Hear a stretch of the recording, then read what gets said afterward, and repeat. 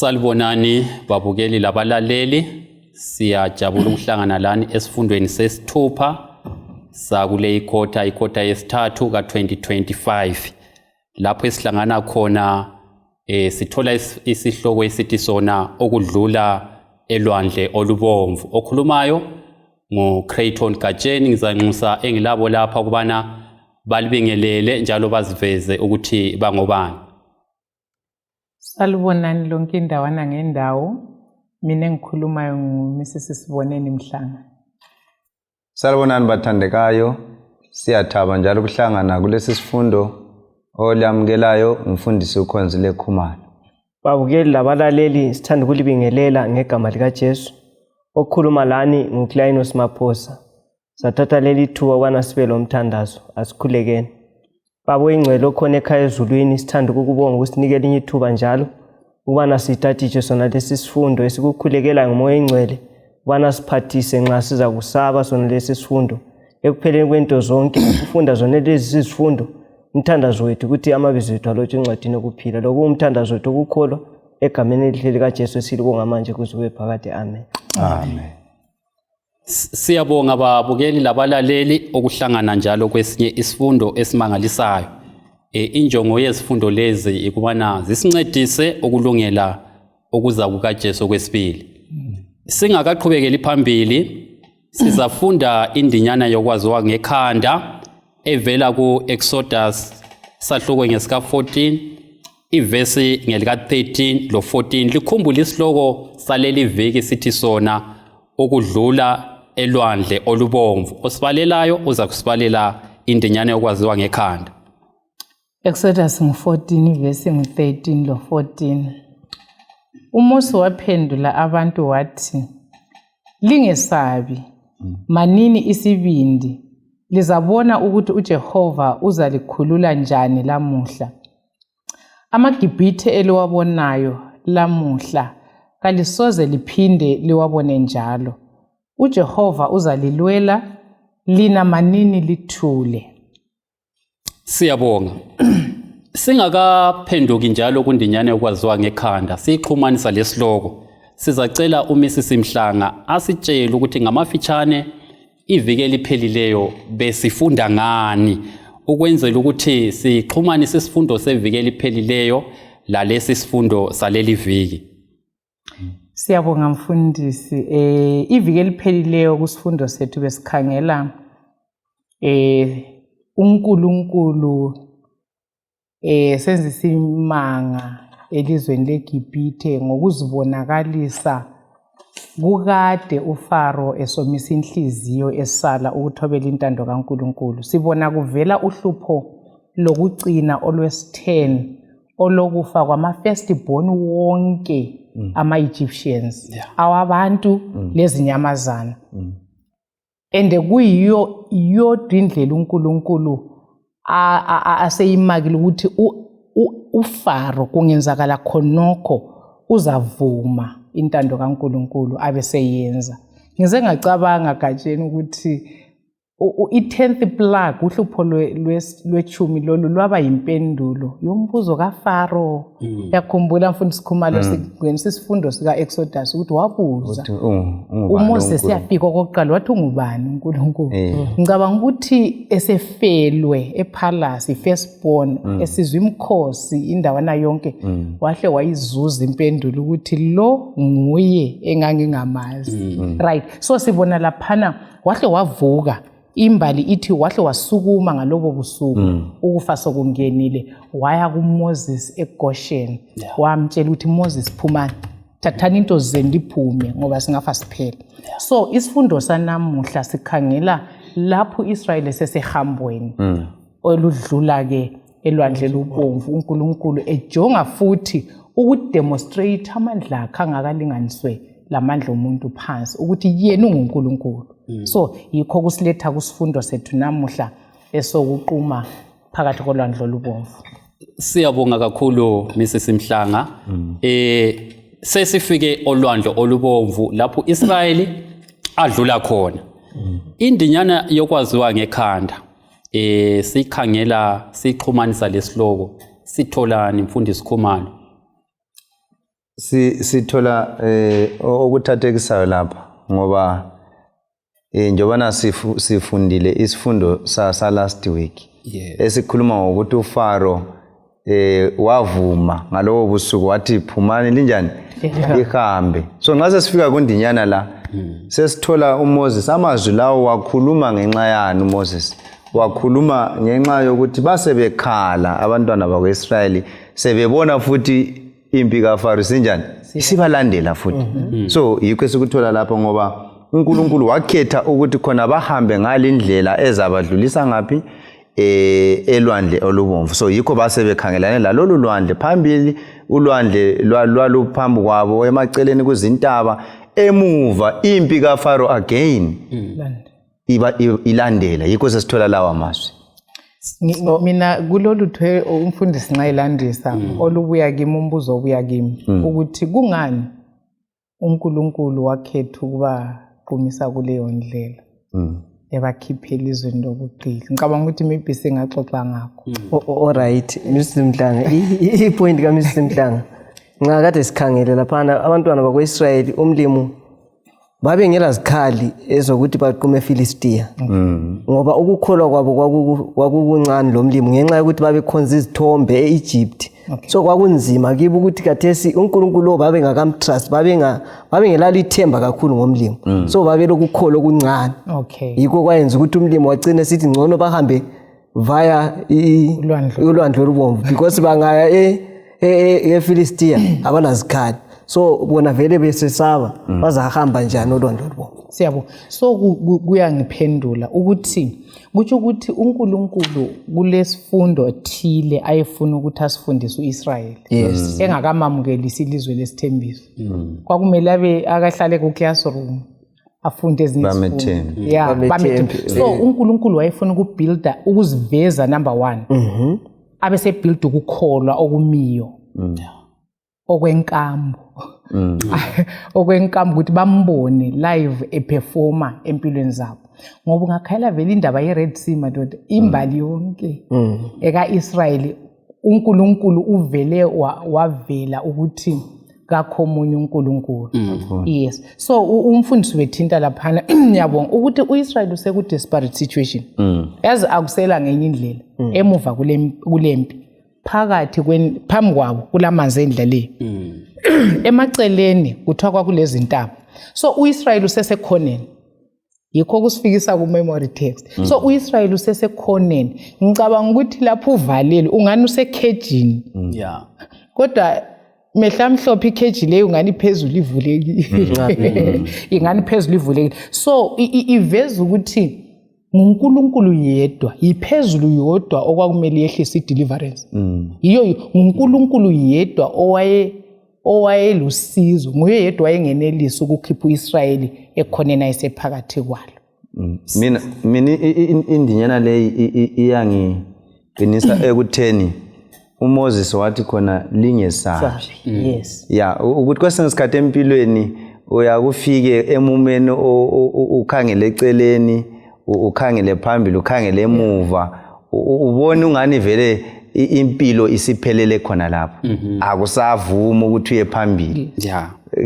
Inika i-encouragement yokuthi hayi ungesabi ngoba uNkulunkulu is still in control. Ngoba nxa ukhangele ngelihlo lomuntu umumo lwana wawu impossible. Kwakungeke kuvume vele ukuthi bangaphunyuka kanjani. Kodwa ngokukaNkulunkulu baphunyuka. Siyabonga kakhulu mfundisi.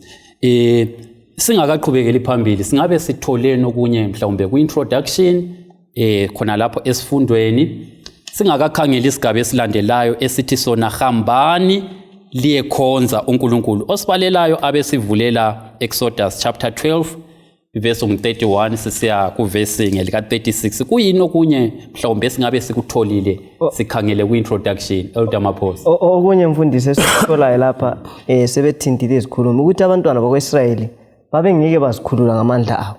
So kwakudingakala ukuthi uThixo kube nguye obakhululayo. Lakithi namhlanje kudingakala isiphambano ukuthi size sikhululeke ngoba nxa siqhathanisa lesihloko sithi through the Red Sea sesikhangela ukuthi ngegazi likaJesu lathi santhola kunjani ukuthethelelwa sathola ukukhululwa. yikho nje engikutholile lapha. Siyabonga sizabalela ivesi bese siqhubekela phambili. Siyabonga. Exodus 12 ivesi ngu-31 ithi ebusuku uFaro wabiza uMose lo-Aaron wathi, hambani sukani ebantwini bami lina lama-Israyeli, hambani liyekhonza uJehova njengokucela kwenu, thathani imihlambi yenu njengokutsho kwenu lihambe, njalo ake lingibusise. AmaGibhithe akhuthaza ukuthi baphangise baphume elizweni, bathi engxenye singafa sonke. Ngakho abantu bathatha inhlama yabo yesinkwa ingakafakwa imvubelo, bayithwale emahlombe ngemikolo yokuvubela igoqelwe ngamalembu. Ama-Israyeli enza lokho uMose abayala khona, bacela kumaGibhithe izinto ezenziwe ngesiliva langegolide kanye lezigqoko. uJehova wenza amaGibhithe aba lomusa, abapha ingqi lokho abakucelayo. Ngakho bawathintitha du amaGibhithe ngezimpahla zawo. Uhambo lwama-Israyeli lwasukela eRamasesi baqonda eSukhothi. Kwakulamadoda ayizinkulungwane ezingamakhulu ayisithupha behamba ngenyawo ngaphandle kwabesifazane labantwana. Abanye abantu nje abaningi bahamba labo kanye lemihlambi eminingi yezifuyo, izimvu lezinkomo. Inhlama abaphuma layo eGibhithe bapheka ngayo isinkwa esingela mvubelo. Inhlama leyo yayingela mvubelo ngokuba basuka eGibhithe sebexotshwa, abazabe besaba lesikhathi sokuzilungiselela umphako. Siyabonga. Isigaba lesi esesifundo bathandekayo sigxile kakhulu kuvesi ngelika 32. uFaro lapha kukhanya sengazathi uyavuma, uthi hambani. Abe sekhuluma enye into engajwayelekanga. Uthi lingibusise lami. Sitholeni khona lapho abe sifunda isifundo. Uthi hambani lingibusise. uFaro yena lona kade sala, inhlupho zibuya zilandelana esala ukuthi bahambe, kodwa khathesi abe sesithena hambani. Ekuhambeni kwenu lingibusise. Siphumelane la. Ngizathinta enye iphathi. Nanzelela lapha uFaro nxa esithi hambani, uyesaba ukuthi izehlakalo zonke zasenzakele. Abantwana bakwaIsrayeli kuye kwasokufe amazibulo, sokube lokubhidlizwa okukhulu. So uFaro uyesaba ukuthi kuMose uthi utshelwa nguMose ukuthi hambanini. Engikutholayo kakhulu ukuthi uyavumela ukuthi bahambe ngenxa yokubana babesesaba ukuthi bazakufa baphele nya. Siyabonga. Omnye utholeni. So nxa ngimzwa kahle lapha uMaphosa uthi yena kavumi ngoba inhliziyo yakhe iyavuma. Kodwa umumo osukhona ngenxa yoswazi lukaNkulunkulu yiyo omfuqayo. Angazi Mrs. Mhlanga. Mina okunye ekumangalisayo vele isicelo sakhe sokuthi lingibusise. Sike sathinta ezifundweni ezidlulileyo ukuthi uFaro waye representative yezithixo. So amandla okubusisa aye kuye. Aye kuye. Kodwa nxa esithi lingibusise, uMaphosa usethintile, ufuqwa yibuhlungu. Ufuqwa ngumumo asephakathi kwawo. Ngoba ivesi esiyifundileyo uthe kuvesi ngu-33 engxenye singafa sonke lapha siphele. So yibuhlungu lokho. Number 1 engikuzisayo ukuthi wani vele egatsheni uthintile kazangaphenduke. Hayi, sizabona phambili ukuthi vele lokhu kakubuyi enhlizweni ephendukileyo. Number 2, wayevuma ukuthi lapha senjayiwe home and away. Why accept defeat? Ukuthi mina yes, kodwa kasubmit. Kasonhliziyo edelayo ukuthi hayi uNkulunkulu kathatha indawo mina ngehle. Ngoba anti sivumelene ukuthi kuma plugs wonke ubelokhe sala. Ngoba umbuzo wakho uyikuthini? Ungubani uNkulunkulu? So khathesi inkulumo yakhe kayithi ukuthi uyavuma ukuthi uNkulunkulu nguNkulunkulu. Sizabona kusiya phambili. Bese ngizibuza mina gatsheni ukuthi kukangaki ungane suphendukile. Anti kwesinye isikhathi uNkulunkulu uyavuma inhlupho zisehlele kwenzela ukuthi akukhulume lathi simuzwe. kungani semphendukile into zingana zisahambi ngenxa impilo yami kungani semphendukile bathi kungadlula uhlupho mbuyele empilweni endala and so kulento engiyifundileyo ukuthi kulokuphenduka and kulokuphenduka kuvuma i-true repentance ikuvuma ukuthi yami intando ife uNkulunkulu kayithatha indawo lokubuyela kuNkulunkulu ngenhliziyo yonke kakulandaba kumbe emphakathi komlilo kumbe ngiphandle uyayibona indaba khangela indaba kaAkhan ngifuna ke sikhangele engxenye uAkhan lo Judas Iscariot uAkhan ngesikhathi kunikwa ithuba lokuthi hayi lingathathi vele ama-Babylonish garments anti yena wathatha konke kwakuthiwa ungathathwa wakufihla ngaphansi kwetende i-searching yonke kudinga isono ngoba u-Israel senqotshwa lapha sidinga into eyiyo elethi i-defeat la wazithulela kakukhumbulanga ukuthi ahlaphenduka ukuthi hayi but into leyi engiyenzileyo kayirayi but uzayebanjwa anti-tribe by tribe family by family individual wabebanjwa wakhona esebanjiwe khona sevuma so uyarepenta yini and yikho esikuthola futhi ku-Iscariot uJudas wavuma ukuthi senithengisa igazi elingela cala ngoba ebona i-consequence liyakubona esikutsho so i-true repentance bazalwane kumbe babukele kayibuyi ayimelanga i-repentance ifuqwe yibuhlungu engilapho kumele ukuthi ibuye enhliziyweni evumayo ukuthi yona kayiselutho oyilutho nguNkulunkulu so singafuqwa yibuhlungu ungani ngokomumo nalo then kungadlula ubuhlungu ngibuyele empilweni yami yokuhlamukela uNkulunkulu and the best example esiyithola yomuntu oye true repentance nguDavid khangela ukuthi uDavid umumo uyavuma vele akakabisela lesikho but uhlahlabela ingoma umthandazo lwana okuPsalms 51 uthi uNkulunkulu vele mina and uyakuzwa nxa eqalisa uthi isono lesingathula so but amathambo amhoma wavuma ukuthi sasimudla ngaphakathi so nxa ephenduka into isenhlizweni ukuthi hayi ngimonela uNkulunkulu so yi-true repentance uNkulunkulu akhangelela ukuthi umuntu lo muntu adlule kiyo yiyo yamukelekayo. Siyabonga mfundisi. Siyabonga mbona ngani useyicacadile laphana umama laphana ukuthi isono kumele sisibalekele hathi ngoba usesabi consequence njengokuthi engcenye wesabe mhlawumbe sithi ukufeba ngenxa ukuthi uyesaba ukuthi khona kuzaba lemkhuhlane ozayithatha ngithi hayi kufanele ukuthi isono sinjani sisibalekele ngenxa ukuthi siyisono whether ungaba lomkhuhlane kumbe ungaba njani kodwa kumele ubalekele isono ngoba siyini siyisono uthe ekhuluma ngasemphongo ucabanga nje ukuthi kambe indlela esikhonza ngayo uNkulunkulu simkhonza sibili ngenxa ukuthi siyamthanda ngenhliziyo yonke kumbe simkhonza mhlawumbe engcenye sesaba kumbe ukuthi hayi uNkulunkulu uthe nxa singamkhethanga uzasichisa igehena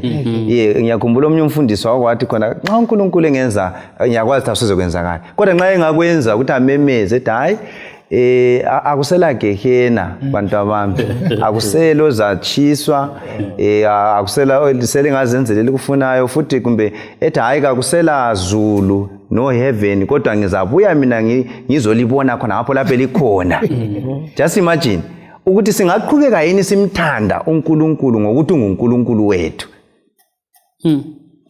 lokuthi uyazi nxa ukhuluma ngakho mina yake mbona even lathi ekuhlalisaneni lekukhonzeni uyawunazelela ukuthi isono lesesimacansi ngiyenelisa ukuphila phakathi kwaso ezilongo kungelabo ufakazi vele kumbe ukuthi umuntu sezithwele kumbe sokuthi nxa umuntu sezithwele sengani khona mvuma ngirepent hayi but all this time bemphile esonweni ngingcolile ngenxa ukuthi kakuvezakalanga lutho ngilokhe ngikugubuze so uNkulunkulu befisa ukuthi isono sisidle vele ngaphakathi sifunde ngendaba yokudla ilizwi ngama-bitter herbs last week ukuthi inhliziyo edatshulwa yisono iyo yodwa ezamukelwa uNkulunkulu esizwayo ukuthi uJesu simbethela kanjani nxa siphila phakathi kwesono uyayibona so ayikhona ukuthi nxa umuntu sebanjiwe seyikho esithi hayi ngonile so yeah siyabonga Mrs Mhlanga silungele ukungena esigabeni esilandelayo ngilombuzo engiuchiyayo kithi babukeli labalaleli bathintile ngendaba yokuphenduka okuqotho kweqiniso ngiyazibuza njengomchumayeli ukuthi lapha enchumayela khona abantu bephakamisa izandla Elder Maphosa ukuthi bamkhetha uJesu babephendukile kumbe babethuswe intshumayelo yami lokho ngiyakuchiya ukuthi kwesinye isikhathi zikhona intshumayelo ezethu abantu abantu bese bebhaphathizwa kodwa bengaphendukanga Mrs Mhlanga yeah next week asababona ngenxa yokuphenduka okunjengokaFaro lokho ngoba siyambone selandela ibandla lakwaIsrayeli yena ethe khona hambani all right kuthiwa khona ukunikela amazibulo sizakhangela ivesi leyi Exodus chapter 13 yindeke amavesi lawo 1 to verse 16 sizabala amalutshwane ke lapha Mrs Mhlanga mhlawumbe sibambe u1 to izakutsho ukuthi sime ngapi ukwenzela ukuthi sihlenge isikhathi sethu okay Exodus 13 verse 1 uJehova wathi kuMose iyahlukanisela kimi wonke amazibulo esilisa konke okuzalwa kuqala okuvula isizalo phakathi kwama-Israyeli kungokwami loba ngumuntu longabe yisifuyo ngakho uMose wasesithi ebantwini lugcineni lube lusuku lwesikhumbuzo lolu ilanga elaphuma ngalo eGibhithe liphuma elizweni lobugqili ngokuba uJehova walikhupha khona ngamandla amakhulu lingadli lutho olulemvubelo lamuhla ngenyanga kaAbhibhi liyasoka kuza kuthi uJehova angalifikisa elizweni lamaKhenani lamaHayithi lama-Amori lamaHivi lamaJebusi ilizwe afunga kubokhokho benu ukuthi uza kulinika lona ilizwe eligeleza uchago lezinyosi kufanele liwugcine umkhosi lo kuyonale inyanga verse 11 verse 11 nxa uJehova eselingenisile elizweni lamaKhenani walinika lona njengokuthembisa kwakhe kini lakubokhokho benu kumele lahlukanisele uJehova konke okuzalwa kuqala yizo zonke izizalo wonke amazibulo esilisa ezifuyweni zenu ngakaJehova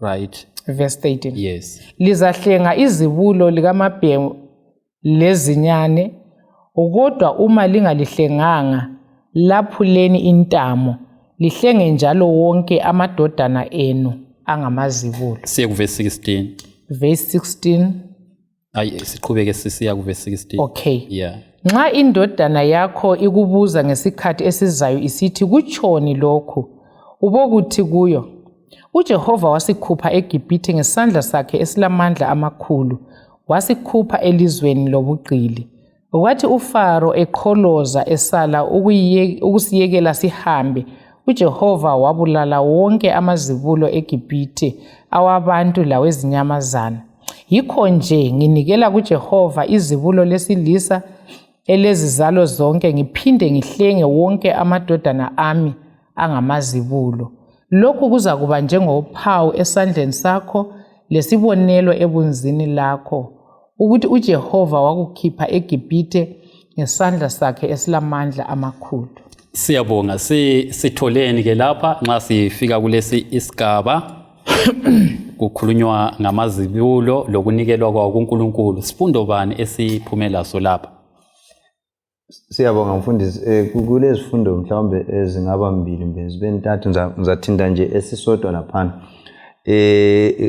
nxa sikukhangela lapha kufakiwe lapha nesizathu sokuthi into leyi yokuthi ekugcineni umlimi ukuthi banikele ama firstborn amazibulo abo yeah ngendlela yokuthi khona ke uNkulunkulu abakhumbuze lokho abenzela khona ngapi eGibhithe ngoba ngomusa wakhe uNkulunkulu wanjani wabahlenga bona amazibulo ako-Israyeli yet on the other hand amazibulo akaFaro kuze kuyefika ezinyamazaneni babulawa ngenxa yokuthi khona babenjani babengagcobanga igazi emgubazini njengoba sifundile kusifundo esinjani esidlulileyo. Kodwa laba ababelandele intando kaNkuluNkulu bagcoba igazi emgubazini ngomusa kaNkuluNkulu banjani baphepha kabazange banjani. So khona lokho ke ukuthi banikele amazibulo abo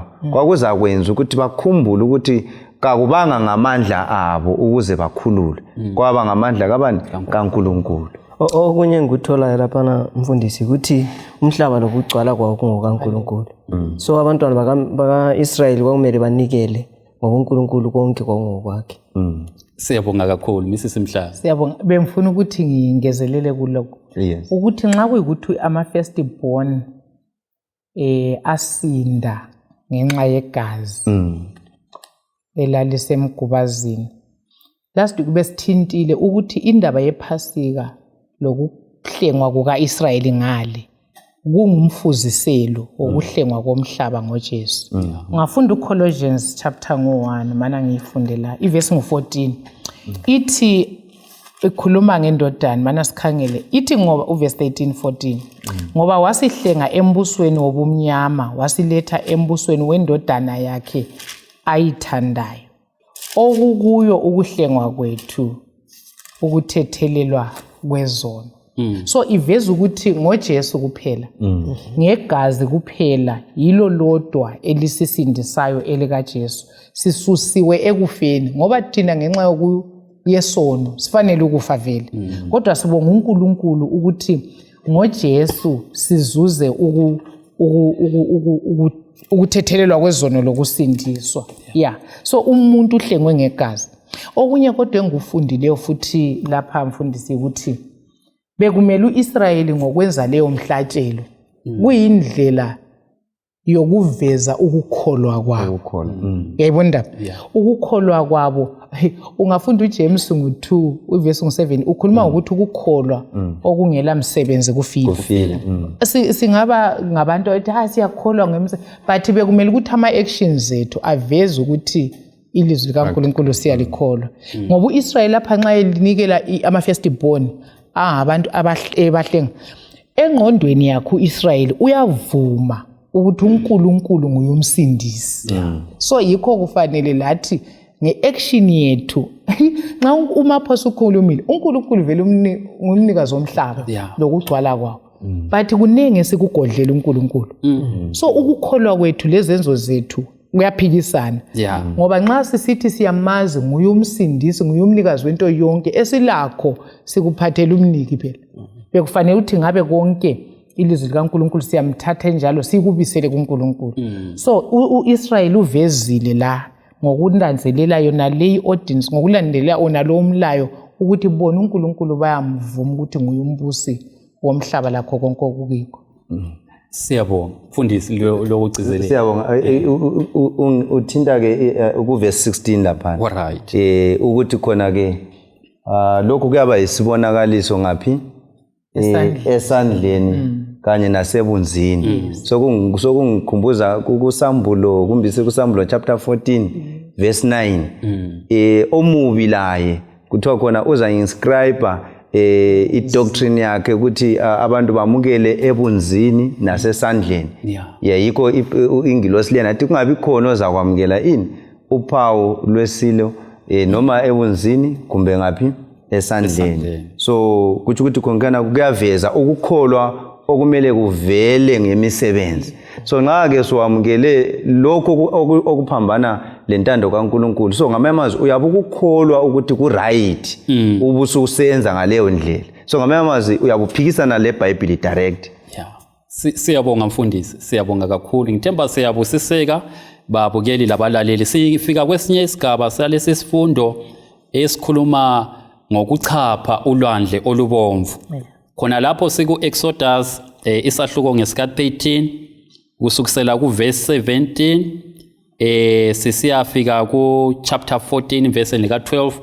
Ngeke sibale wonke la amavesi kodwa ke sizafunda uverse 17 ka chapter 13 sisehlalayo ngizakuthi ukuthi sime ngapi khona lapha ku Exodus chapter 13 verse 17. uFaro sevumela abantu ukuthi bahambe uNkulunkulu kabakhokhelanga ngendlela edabula elizweni lamaFilisti loba yona yayiquma. Yingoba uNkulunkulu wathi nxa behlangana lempi mhlawumbe bangethuka babuyele eGibhite. Yikho uNkulunkulu wababhodisa abantu wabaholela ngendlela yenkangala eya elwandle olubomvu. Abako-Israyeli baphuma eGibhite behlomele impi. uMose wawathwala amathambo kaJosefa ngoba uJosefa wayenze isifungo lamadodana ka-Israyeli wathi, ngempela uNkulunkulu uzalikhulula. Lapho-ke libowathwala amathambo ami lisuke lawo kule indawo. Sebesukile eSukhothi bayamisa e-Ethani, indawo egudlene lenkangala. Emini uJehova wahamba phambi kwabo ngensika yeyezi ebahola endleleni yabo. Kwathi ebusuku wabahola ngensika yomlilo ukubakhanyisela ukuze bahambe emini lebusuku. Insika yeyezi emini loba insika yomlilo ebusuku kakuzange kusuke endaweni yakho phambi kwabantu. uJehova, chapter 14 verse 1. Yes. uJehova wathi kuMose, tshela abako-Israyeli ukuthi babuyele emuva bayomisa ePihahirothi phakathi kwemigidoli lolwandle. Kabamise eceleni kolwandle malungana leBhali Zefoni. uFaro uzacabanga ukuthi abako-Israyeli bayantula nje elizweni besangene ngoba besavalwe yinkangala. Njalo ngizayenza ibe lukhuni inhliziyo kaFaro abeselandela exotshana labo. Kodwa ngizazizuzela udumo ngoFaro kanye lempi yakhe yonke lamaGibhithe. Kanye lempi yakhe yonke. LamaGibhithe azakwazi ukuthi mina nginguJehova. Ngakho abako-Israyeli bazakwenza lokho. Siyabonga. Nasi indaba ekhuluma ngalokho okwayenzakala olwandle olubomvu. Kuyathathekisa ke ukuthi uNkulunkulu ebona ukuthi kulolwandle phambili iyezi lithatha idirection yokuqonda olwandle. Abantu bebona ukuthi akulandlela. Siphumelane la. Sibala lesi sahluko kusona lesi isigaba esokuchapha ulwandle olubomvu. Okunye enguthola ukundithathekisayo ukuthi abantwana bakwa-Israyeli babe yi-team yayi-organized. uNkulunkulu wavuma ukuthi babe organized lanxa babechapha ulwandle olubomvu. Umlimi wavumela ukuthi babe organized lanxa sebehamba. Sithole laphana sokuthiwe ku-13 verse 18 oka-13 chapter 13. Ethinta ngokuthi uNkulunkulu wababhodisa ngendlela yasenkangala sike sakuthinta. Esenzela ukuthi bona babengahlomanga lanxa babehlomile kodwa babengelawo amandla ukuthi lanxa becrossa bayesesaba. Yikho indiyana yekhanda ethena qinani manini isibindi linganjani lingesabi. Babesesaba uNkulunkulu babengakamthembi okugxile. So ngokunye ngikutholayo lapha nomfundisi. Siyabonga. Abanye sitholeni. Omunye umhlabeleli wahlabela ngokuthi uNkulunkulu uyayazi indlela ngitsho nasenkangala. So nginanzelela ukuthi kwakuyindlela kaNkulunkulu yokuthi ababhodise. Bengahambi ngendlela enjani eshota. Mhlawumbe uNkulunkulu wayesafisa njebana ekuletha lapha nokamaphosa ukuthi khona badepende bafunda ukudependa kuye uNkulunkulu bangazethembi. Bakwazi ukuthi konke kusesandleni sikabani sikaNkulunkulu. Kule verse ethintiweyo kade ngifuna ukukhomenta khona phana ukuthi uNkulunkulu wathina ngizayenza ibe lukhuni inhliziyo kaFaro ngoba kwesikhathi omunye sengabuza ukuthi uNkulunkulu wayevele emile uFaro. Kodwa kuyaveza ukuthi ke uNkulunkulu wavumela stubbornness kaFaro. Ukuthi njengoba yayivelisa khona uNkulunkulu wavumela ukuthi ikhule ngamandla njengoba wayevele esala. Kuyafana nxa ufunda ku 1 Samuel chapter 16 nxa ubuyele emva ngale kukhulunywa ngoSaul ukuzothiwa umoya omubi ovele enkosini. So amavesi lana kwesikhathi nxa ungabala so ngacabanga ukuthi uNkulunkulu ukuthi uba lengxenye yina uNkulunkulu yasusa iprotection yakhe. Angasusa iprotection yakhe then wena so vulnerable to umoya omubi uSatan. So uFaro lapha wayengasazenzi. Yeah, uSatan he was now in control because okuvela sengani uNkulunkulu nguyowenza ethi inhliziyo yakhe ibe lukhuni kanti ayisikho. Yeah, so yikho lapha sithe sizabona phambili ukuthi kaphendukanga. Lanxa esithi phumanini lihambe. Wesaba izehlakalo eselizweni lakhe. Kodwa siyibona kahle kahle iphuma khona apha inhliziyo yakhe ukuthi yayivele injani. uFaro wayengamamukeli uNkulunkulu njengoNkulunkulu. So kuthiwa uNkulunkulu enhlizweni yakhe wasesithi ngcono sibalande amaGibhithe. So okunye ngikutholileyo lapha mina ukuthi indaba yamathambo kaJosefa kule ndoda yangena eEgypt ithunjiwe ithengisiwe yafile isithembiso sokuthi uNkulunkulu ngiyamazi angakhuluma ilizwi uyaligcwalisa. Akulandaba ukuthi lithatha iminyaka emingaki. Isikhathi uIsrael ayesesihlale eEgypt it was over 400 years andi.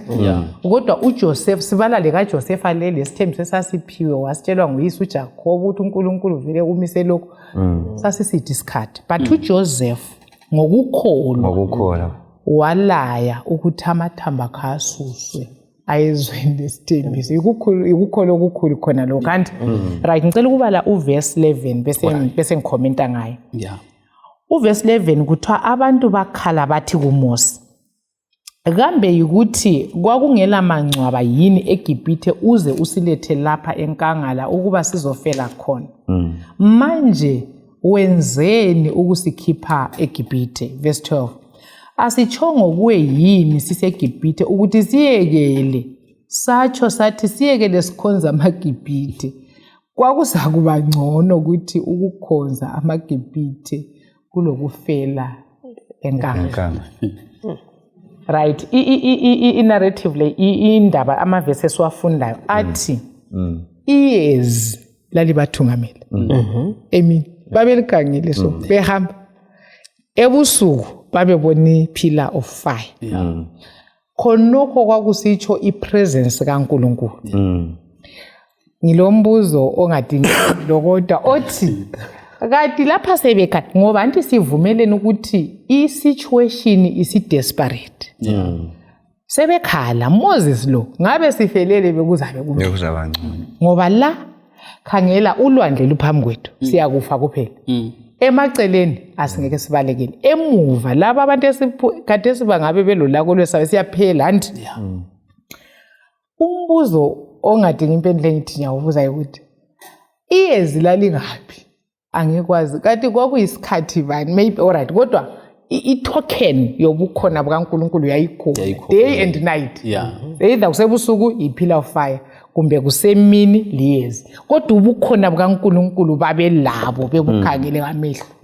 But still khangela ukukhala. Moses lo wenzeni? Mina ngibona ukungakholwa okwesabekayo. Angimsoli uIsrael wayizolo ngoba lami nginjalo. Ukuthi kukangaka sifike khona uNkulunkulu utshengisile vele uIsrael wayekwazi ukuthi nxa kusenzakala ulutho eEgypt thina si safe ngale Egypt kwenzakala nandi 10th plague uFaro sithi phumani bakwazi ingalo lamandla bakhululileyo kodwa beyiwitnesse yonke ipower kaNkulunkulu sebebhekane lohlupho sebekhala sebedangala sebesola kukangaki njengamaKristu esifika khona sikhohlwe izolo uNkulunkulu asithungamele ngayo wasikhipha emlonyeni wezilwane. Kodwa nxa sesibhekana lenye ingozi lamanye ama experiences siyesaba. Yikho ngicabanga ukuthi uMoses impendulo yakhe yokuqala yahlathi lingesabi ngoba ukwesaba yikho kuyingozi.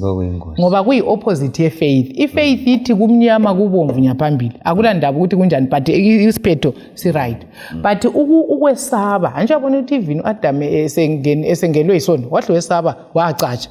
So uNkulunkulu kasisize ekuhambeni kwethu. Uthe my ways indlela zami kayisizwe ezeni. Yikho enxevele ngengqondo yomuntu kwamele uthahla qonise bayifika masinyana.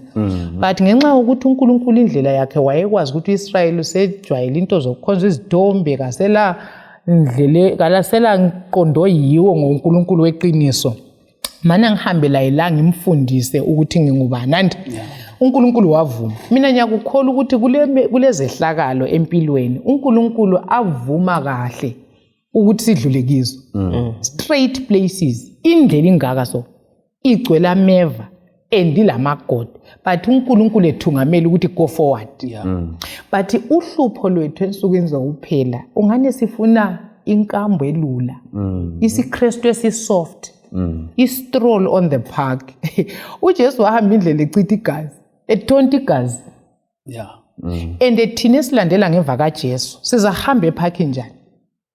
Sifanele ukutrade the same blood stained path uJesu ayihambayo ngoba usesisethele example ukuthi indlela iyahambeka.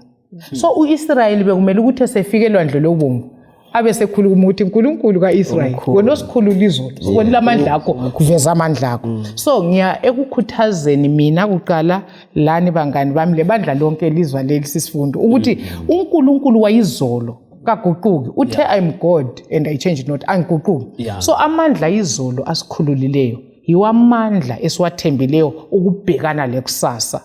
So uElen G White besebhala istatement esisijwayele ukuthi besingesaba ukubhekana lalezi zinto eziphambi kwethu. Kuphela nxa singakhohlwa indlela uNkulunkulu asithungamele ngayo. So imbali sifundela sibheke ngokuthi uNkulunkulu uthe into le ake ligcinise engqondweni. Why?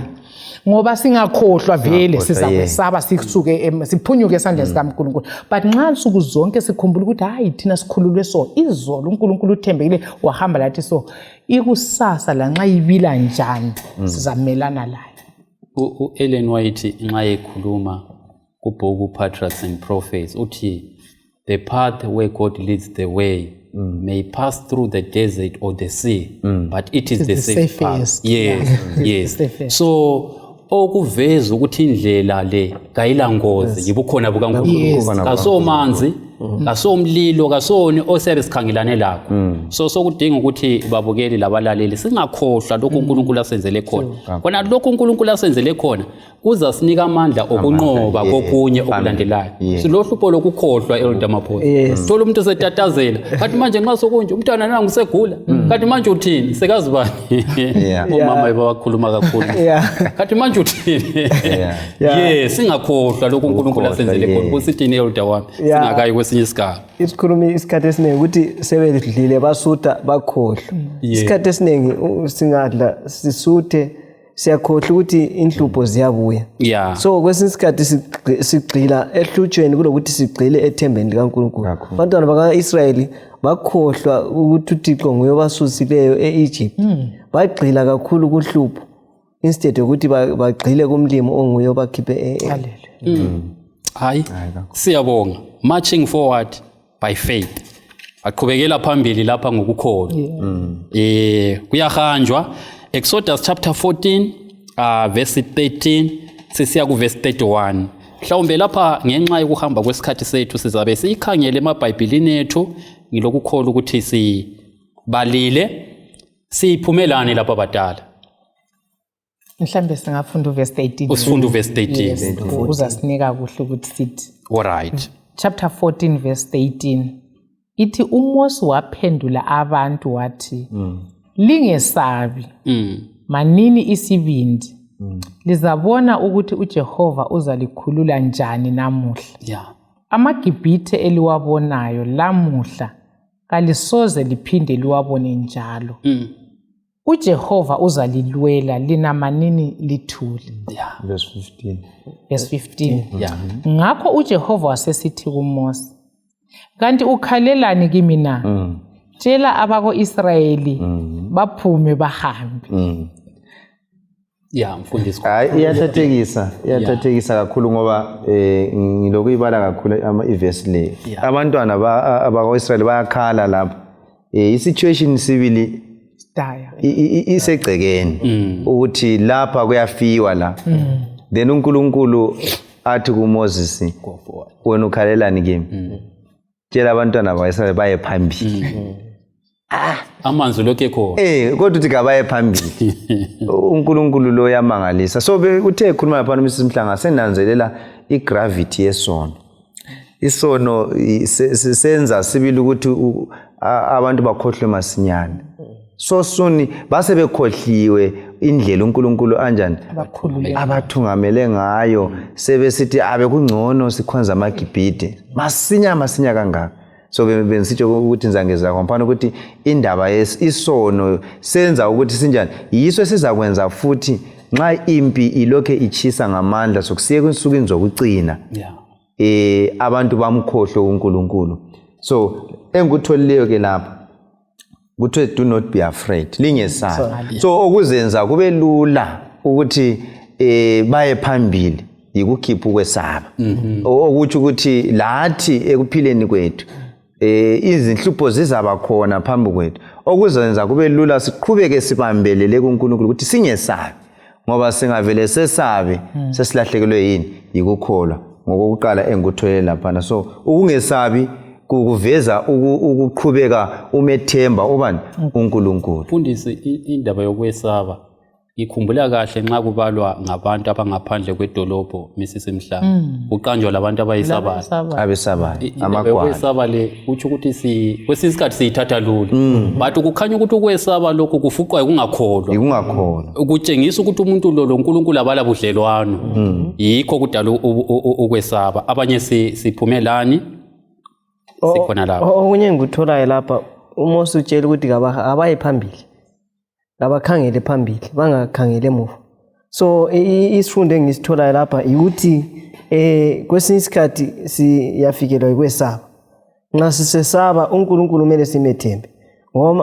i-situation ayayiphakathi kwabantwana bakweIsrayeli babesesaba so isiqiniselo umndima ayebanika sona ukuthi konke yena wayezabanakekela mina ngithi ngezele kuMaphosa alright nxa esethe lingesabi i-next step uthi manini lithule ukutatazela kuba kunengi ukuzama lokhu lalokhu khaya nxa sokwehlupho umntwana esegula like oyinikileyo kumba ahlikihlelo lokhu kumba hanjiswe laphana kumba athini uNkulunkulu uthe stand still lina mani lithule lithi cwa ngoba ngicabanga ukuthi ungavela uqalisa ukuphithizela suthatha indawo kaNkulunkulu ngosufuna ukumuva izinto but izinto zingekho ezandleni zakho and uNkulunkulu uyabumlini yi-trust manje le i-faith enganyikinyezwayo eyokuthi anyakwazi uza kwenza ulutho nyake ngizwa amaKristu umuntu esesithi ayindenilele ngaphandle kwengubo ulela ngaphandle kwengubo njani nxa kuyikuthi uNkulunkulu indaba lesomtshelile ngoba bekumele ukuthi nxa into zonke sizisa kuNkulunkulu ngokuthandaza inhlupho zonke bekumele ukuthi silale sibe lokuthula sibe lentokozo ngoba simele wayelele uAbraham esifunde ngaye ukuthi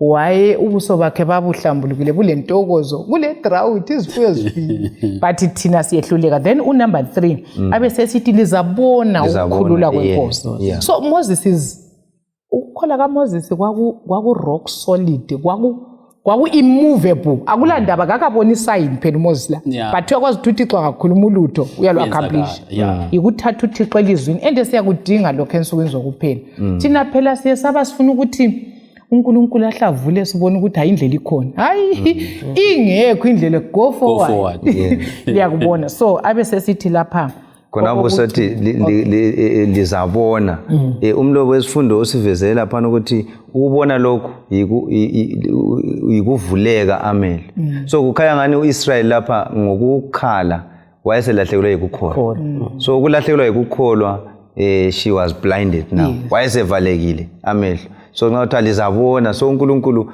wayedinga ukuthi amsiza avuleke yikho ubuzile lapha ukuthi kathi iphila iyezi lalingekho yini lalikhona but babengasaliboni ngenxa yokuthi sebevaliwe ikwesaba la ngokulahlekelwa yikukholwa. Siyabo futhi uNkulunkulu ekuhambeni kwethu uthe kasihambe awumela sihambe ngokubona. Phela amehlo la physical amabili lawo zelabona into kaNkulunkulu kakhulu. So uthi sifanele ukuhamba ngokukholwa. Yes, spiritual eyes. Nxa ama spiritual eyes wide open vele besingeke sesabe lutho. Then ipoint yokugcina laphana ithi uNkulunkulu uzalilwela. uNkulunkulu vele uthembisile ukuthi zwanini amaGibhite anditsho njalo uthela amaGibhite eliwabonayo aliphindi lwabona.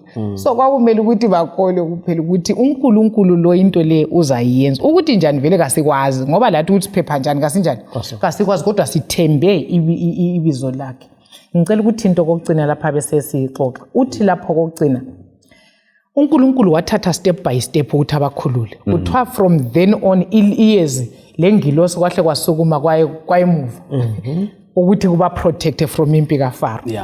Then uMoses kwasothiwa Moses uphetheni wathi nduka sokuthiwa ka stretch over the sea and uNkulunkulu wa divide amanzi. So yikuma kuphela ubukela uNkulunkulu esemsebenzini loba uhlupho lunjani. So uNkulunkulu kasifundise asincedise ukuhamba laye simuzwe seduze simethembe ngoba kalambali yokwehluleka ukukhulula abantu abanye. Lisisimhlanga kuthi ukuthi kwesinye isikhathi phela mfundisi kuyathi kuyinkonzo yesithebe uze umuntu sekhuluma itestimony ka83 udala khonale kuthi ukuthi wacina ukuthemba uNkulunkulu ngo83 ngaleso lokubona amandla akhe khona ngale ingoma ithi kumnando kwethemba ubani uJesu. Ngeke saba lama testimony amatsha singavumanga ukubhekana lolwandle sabona amandla kabani kaNkulunkulu. Sifica lapha sokuhlatshelelwa ingoma itestimony kumbe sike siyikhangele sebenqobile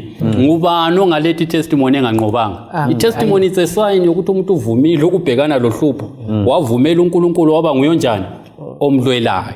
Maybe sike sikhangele uverse 1 lo 2 lisesikhomenta nginanzelela isikhathi sethu sesikambile. Yes. Ithi ngakho uMosi labako-Israyeli basebehlabelela leli ihubo kuJehova. Ngizamhlabelela uJehova ngokuba uphakeme kakhulu. Uphosele olwandle ibhiza lomgadi walo. uJehova ungamandla ami lehubo lami. Useyikusindiswa kwami, unguNkulunkulu wami, ngizamdumisa. uNkulunkulu kaBaba ngizamphakamisa. Nansi indaba kasixoxeni. Ingoma le ihlatshelwa ngalindlela ngoba balenkambo. Bale lokhu uNkulunkulu abenzele khona. Bengikhangela nje ngilokho ngikhangela ingoma esizihlabelayo kulezi insuku. Ukuthi ziyatshengisa yini ukuthi silenkambo loNkulunkulu kumbe ngeze entertainment ngoba le ingoma nxa uyinanzelele iveza kakhulu uNkulunkulu ubukhulu bakhe lokumkhonza. I-worship experience yiyo yicenter engomeni leyi yokuthi kumele simkhonze uNkulunkulu based on what lokho akwenzileyo ubani kuwe ubani uIsrael.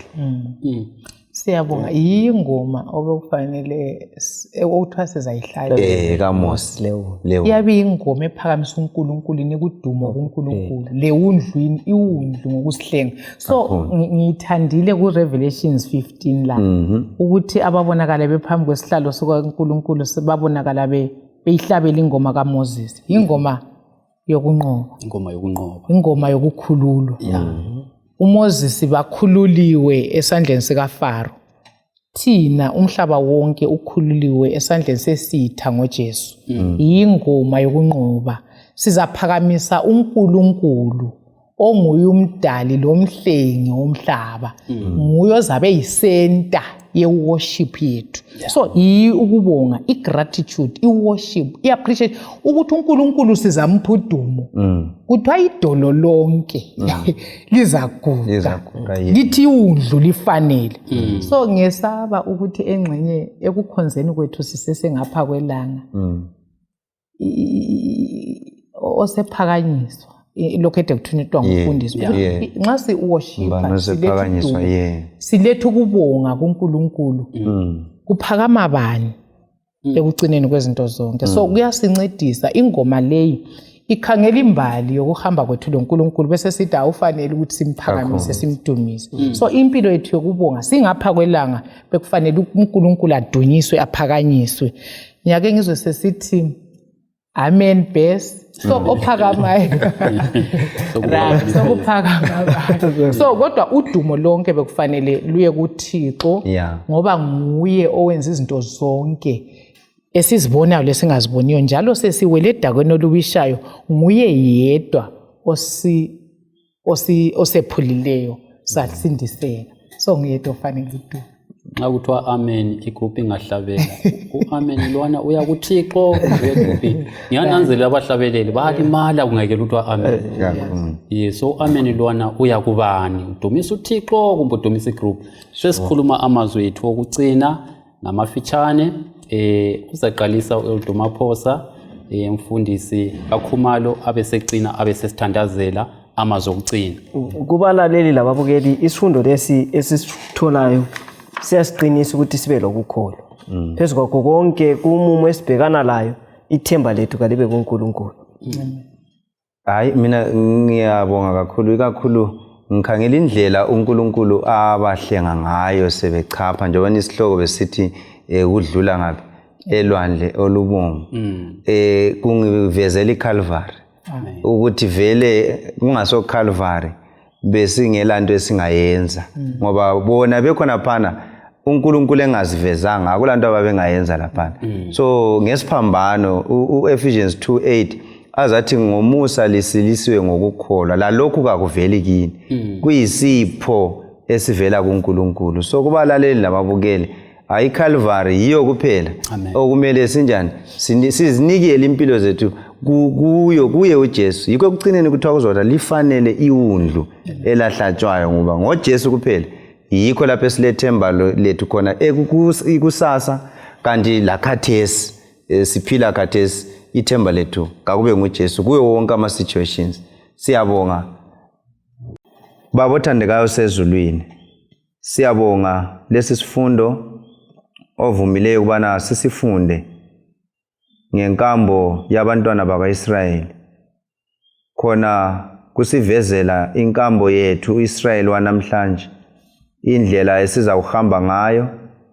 Sicela ke uNkulunkulu sithole izifundo eziza kusiphathisa endleleni yokukholwa. Siyakudinga ukukholwa Thixo olungileyo kokukwethemba kakhulu nxa sibona lokho okwenzileyo emuva. Sibe lesiqiniselo sokubana konke okukhulumileyo ngenamuhla nekusasa kuzagcwaliseka njengalokho kwagcwaliseka ngemva kwe400 years uIsrayeli wamkhipha ngesandla esilamandla. Siyakholwa ukuthi lathi ekucineni kwezinsuku zakusikhipha kona lomhlaba wesono usinike ukuphumula osilungiselele khona umhlaba ungakadatshulwa. Khulekela umlaleli munye ngamunye usiphathise sonke lesi sifundo sidale inguquko kithi sikwethembe njalo njalo. Ekupheleni kwakho konke sikhulekela kubana usibuthe sibe imulinye sibe khona ekhaya ngoba sikhuleka silethemba kuye uJesu wasifelayo siyakhuleka. Amen. Amen.